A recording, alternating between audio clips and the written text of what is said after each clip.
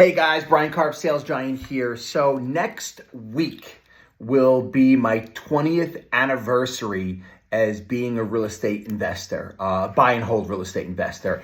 And what I wanted to do is create a video for you guys and really go through all of the missteps that I made and what I would do differently.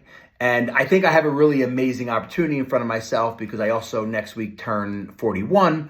And I now have the opportunity to spend the next decade, right, from 40 to 50, and learning from all of my mistakes and changing things up. So I feel so lucky because most people, start investing and then they blink 20 years go by and they're at the end of their investment life. I feel like I still have multiple decades in front of me. All right, so let me dive right into it. So today the Karp family owns 19 properties, actually soon to be 20 properties in Suffolk County, Long Island, makes up about 37 units, okay? The way I started the entire portfolio was I was purchasing all of these little single family properties, right? I was purchasing all these little cottages around Lake Ronkonkoma, Lake Grove, Center Reach, Farmingville, little like 800 to 1,000 square foot cottages. And I really loved them because the taxes were low. Once we acquired about 10 of them, I realized this was insane and there's got to be a better way to do it, right? So mistake number one that I made is I need more doors under one roof. And when I say doors, right, I say doors a lot, and other buy and hold men and women say doors. When we say doors, we mean units, right? So the mistake that I made was I started purchasing all of these little single families. And I loved the little single families because the taxes were low, the maintenance was low. I was able to buy a 1-bedroom cottage and turn it into a 2 or 3 bedroom and raise rents.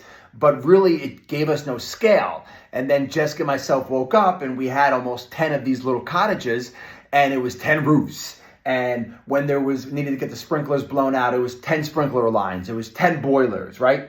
So then what we did is we moved ourselves into purchasing 2 families.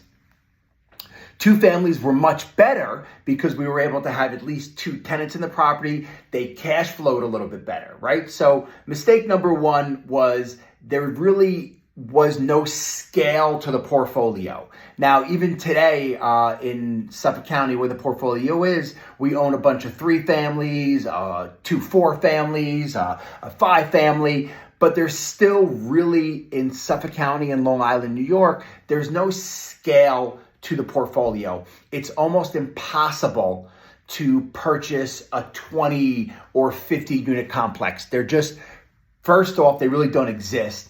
Fairfields grabs anything, right? They even tried to fight your boy on a property that I was trying to take down. So there's really no scale to the portfolio in Suffolk County. So in hindsight, if I was to do it over again, I would start by buying 2 families, 3 families, 4 families, 5 families, but I'd really be trying to get myself bigger complexes, right? More doors under one roof, okay? Number 2 is New York. I know you guys are gonna die hearing this. New York sucks. New York is the hardest market to be a buy and hold landlord. Tenant landlord laws are absolutely not in the landlord's favor. And they think that every single landlord is this rich guy sitting behind a desk smoking a cigar, right? That has hundreds of millions of dollars a year, right? I was just talking to one of my boys who was in landlord court earlier today. And, we're evicting a tenant, unfortunately, from one of our properties. So and unfortunately, we've had to walk through many evictions before. So it's just not landlord friendly. In some of the other states where you could purchase multifamilies, somebody doesn't pay rent, they're out in 30 to 60 days. Where in Long Island, it could be anywhere from 6 months to a year to 2 years. So mistake number 2 was buying in New York, right? In hindsight, if I would have bought in some of the other areas where it was more landlord friendly, it would have been a lot easier. Now, don't think that a challenge ever stops me. I will still buy here in Suffolk County, but, keeping my mind open that it's definitely not the landlord-friendly state that you would be in. And then number 3 major mistake that we made was I didn't put leverage on the portfolio.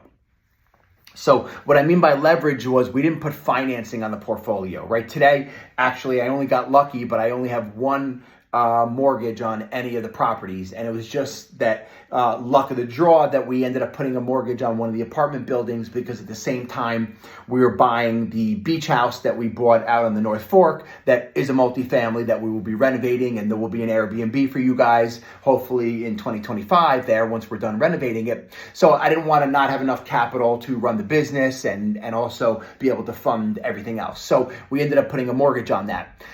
I was very risk adverse to putting mortgages on the properties. And the reason why I didn't want to do them was I really wanted the cash flow, and the mortgages were killing the cash flow. But in hindsight, if I was to do it all over again, I wouldn't have go crazy into debt, because I don't believe in debt, but I would have put 50% leverage across the portfolio. And the portfolio today, that's about a $14 million portfolio, I could be sitting with a $30 million portfolio if I would have put leverage across the board on the portfolio. So, and on top of that, for the 20 years that I was purchasing, I'd say there was a good 6 or 7 years that we were really taking down properties, and interest rates were so low. Right, I on the apartment building we have a 5.5% interest rate, which is amazing for a commercial mortgage. But I could have been, and I kind of bought it right. I got that mortgage right when things were heading up, and that was even a lot. But I could have put 4.5s, 5s on the portfolio, and just think what that would have looked like having 30-year debt.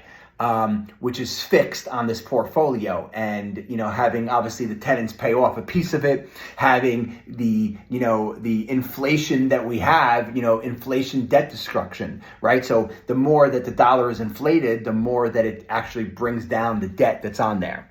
So those are the 3 mistakes that the Karp family have made over the last 20 years of investing. I definitely, don't regret any of them, but I would, as I said to you guys, I'd be buying out of state. Number 2, I would not be picking up single families and 2 families. I'd be going as many units under one roof as humanly possible, and I would put good leverage on the portfolio.